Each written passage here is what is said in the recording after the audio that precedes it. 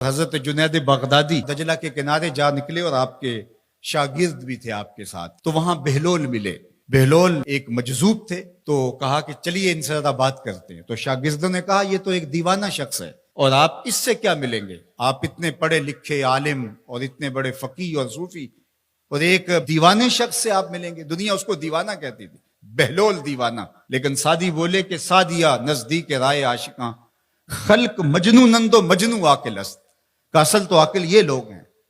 تو خیر حضرت جنید بغدادی گئے اور بہلول کو سلام کیا، کہا کہ آپ کون ہیں؟ تو کہا میں جنید بغدادی ہوں۔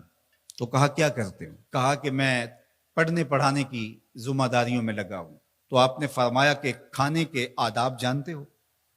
تو کہا کہ ہاں، ہاتھ دھوئے جائیں، بسم اللہ شریف پڑھی جائے، چھوٹا لقمہ لیا جائے اور چبا چبا کے کھایا جائے، اور اس کے بعد الحمدللہ کہا جائے۔ تو بہلول کہنے لگا کہ میں تو آپ کو بہت بڑا عالم سمجھتا تھا، آپ تو کھانے کے ادب کو بھی نہیں جانتے۔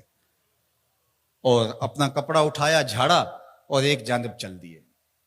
شاگردوں نے کہا ہم نے آپ کو کہا تھا کہ اس شخص کے پیچھے جانے کا کیا فائدہ، یہ تو دیوانہ شخص ہے۔ تو کہا نہیں میں اس کے پیچھے چلتا ہوں۔ پھر آپ اس کے پیچھے بھاگے۔ تو پھر بہلول نے پلٹ کے دیکھا، کہا کہ کون ہو؟ کہا کہ میں جنید ہوں، آپ کو ملنے آیا ہوں۔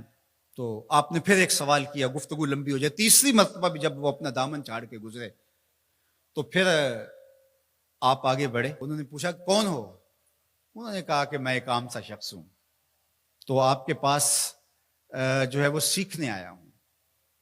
تو کہا کہ میں نے تم سے پوچھا تھا کہ کھانے کے آداب کیا ہیں، تو تم نے یہ بتایا تھا۔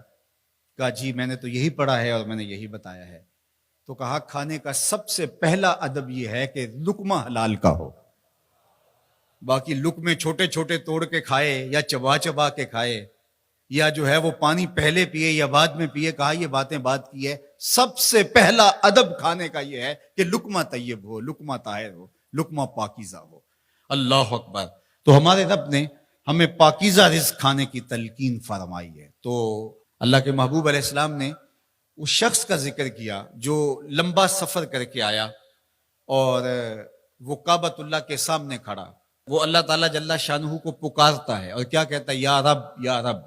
اشعث اغبر، اس کے بال بکھرے ہوئے ہیں اور اس کا لباس پھٹا ہوا ہے، پتہ گندہ سی حالت ہے، اور اللہ کے گھر کے سامنے کھڑا ہے، لمبے لمبے ہاتھ کر کے دعا مانگ رہا ہے، یا رب اے میرے اللہ، اے میرے اللہ۔ لیکن فرمایا وَمَطْعَمُهُ حَرَامٌ وَمَشْرَبُهُ حَرَامٌ وَمَلْبَسُهُ حَرَامٌ وَغُذِّيَ بِالْحَرَامِ فَأَنَّىٰ يُسْتَجَابُ لِذَٰلِكَ۔ فرمایا کہ اس نے جو کھایا ہے وہ حرام کا ہے، اس نے جو پیا ہے وہ حرام کا ہے، اس نے جو لباس پہنا ہے وہ حرام کا ہے۔ فرمایا اس کو جو غذا دی گئی ہے وہ غذا حرام کے مال سے اسے حاصل ہوئی تھی۔ فرمایا فَأَنَّىٰ يُسْتَجَابُ لِذَٰلِكَ۔ فرمایا مجھے بتاؤ کہ اس کی دعائیں کیسے قبول ہوں گی؟ وہ کعبۃ اللہ کے پردے کو تھام کے کھڑا ہے، ملتزم سے لپٹ کے رو رہا ہے، وہ حتیم میں کھڑا ہے، وہ کعبہ کے اندر بھی چلا گیا، کعبہ کی چھت پہ سقف بیت اللہ پہ بھی کھڑا ہے، مطاف میں کھڑا ہے، وہ حجر اسود کے ساتھ لپٹ کے دعائیں مانگ رہا ہے، مقام ابراہیم کے پاس کھڑا ہو کے دعائیں مانگ رہا ہے۔ یمد یدہ، اس کے ہاتھ لمبے لمبے ہیں، یا رب کے کلمات اس کی زبان پہ ہیں، اور اشعث اغبر، غبار آلودہ بکھرے ہوئے اس کے بال ہیں، اور حالت پراگندہ ہے کہ کسی کو گزرتے ہوئے بھی ترس آ جائے، اور اللہ کے گھر میں کھڑا ہے تو وہ کیوں نہیں معاف کرے گا؟ لیکن فرمایا مطعمہ حرام ومشربہ حرام وملبسہ حرام وغذی بالحرام، اس کا کھانا پینا لباس اور غذا حرام کی تھی۔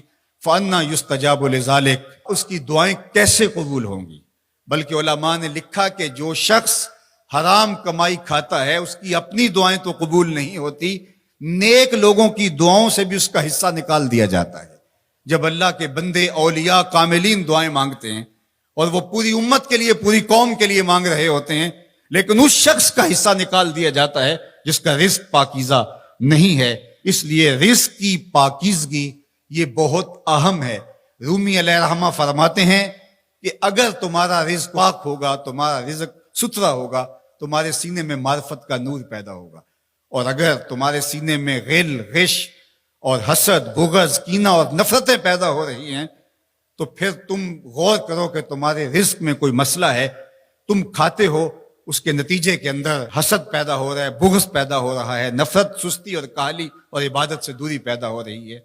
جو رزق حلال ہے وہ عبادت کے لیے تقویت پیدا کرتا ہے، وہ تمہیں سچائی کی زندگی گزارنے کی طرف راغب کرتا ہے۔ تو اہم ترین چیز جو ہے وہ رزق کی پاکیزگی ہے،